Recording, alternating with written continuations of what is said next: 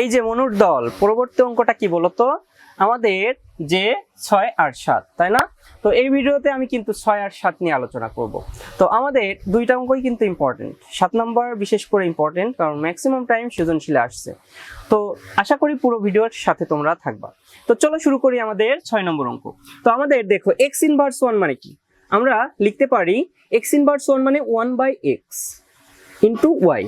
তারপর কি আবার y ইনভার্স 1 মানে কি 1/y into z into z inverse 1 মানে কি 1/z ইনটু x।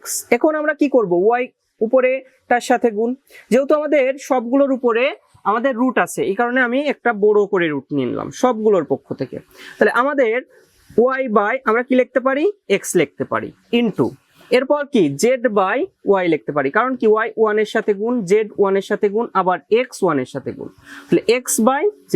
এখন দেখো এই z z কাটা y y কাটা x x কাটা, তাহলে কি থাকতেছে রুট শুধুমাত্র 1 থাকতেছে, রুট 1 মানে 1। এটাই কিন্তু আমাদের কত 6 নম্বর অঙ্কের অ্যান্সার। আশা করি তোমরা 6 নম্বর অঙ্ক খুব ভালো করে বুঝতে পারছো। তো এরপর আমরা চলে যাচ্ছি সবথেকে ইম্পর্টেন্ট অঙ্কটা, যেটা হলো 7। তো 7 নম্বর অঙ্কে কি বলছে দেখো তো 2 to the power n plus 1 n plus 4। তো আমরা কি করব দেখো, আমরা যোগ থাকলে কি করি আমরা গুণ করি তাই না। তাহলে আমরা এখানে 2 to the power n into 2 to the power 4 লিখে দিলাম মাইনাস। এখন 4 কে আমরা কি লিখতে পারি 2 স্কয়ার ইনটু আবার কি করতে পারি এখান থেকে আমরা কি করতে পারি 2 to the power n into 2 to the power 1 করতে পারি।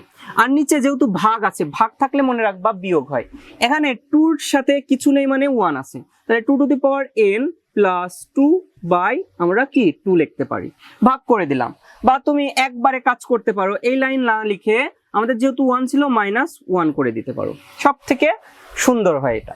ঠিক আছে, ভাগ থাকলে আমরা কি করছি 1 হয়ে যায়। তো এই লাইনটাই আমার কাছে মনে হয় সব থেকে বেস্ট, কারণ এইটা আর ওইটা একই কথা। তো আমরা এখানে কি 2 টু দি পাওয়ার আমরা nটা কমন নিয়ে নিলাম, 2 টু দি পাওয়ার কি করলাম nটা কমন নিয়ে নিলাম, তাহলে এখানে কি থাকে 2 টু দি পাওয়ার 4 মাইনাস 2 আর 1 কত 3, তাহলে 2 টু দি পাওয়ার কি হয় কিউব হয়।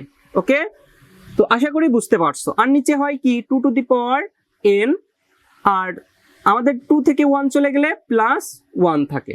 ওকে, এরপর আমরা 2 to the power n 2 to the power 4 মানে কি 2 চারটা, তাহলে 2 গুণ 2 গুণ 2 গুণ 2, 2 দুগুণ 4, 4 দুগুণ 8, 8 দুগুণ 16, তাহলে 16। 2 কিউব মানে কি কত 2 দুগুণ 4, 4 দুগুণ 8 তাই না।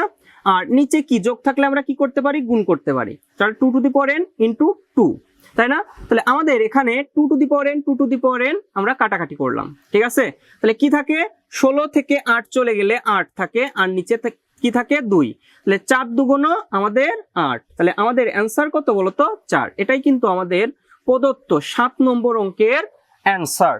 তো আশা করি তোমরা যে 6 আর 7 খুব ভালো করে বুঝতে পারছো। তো আমি একটু 7টা আবার রিক্যাপ করে দিচ্ছি তোমাদের বোঝার জন্য সুবিধার জন্য।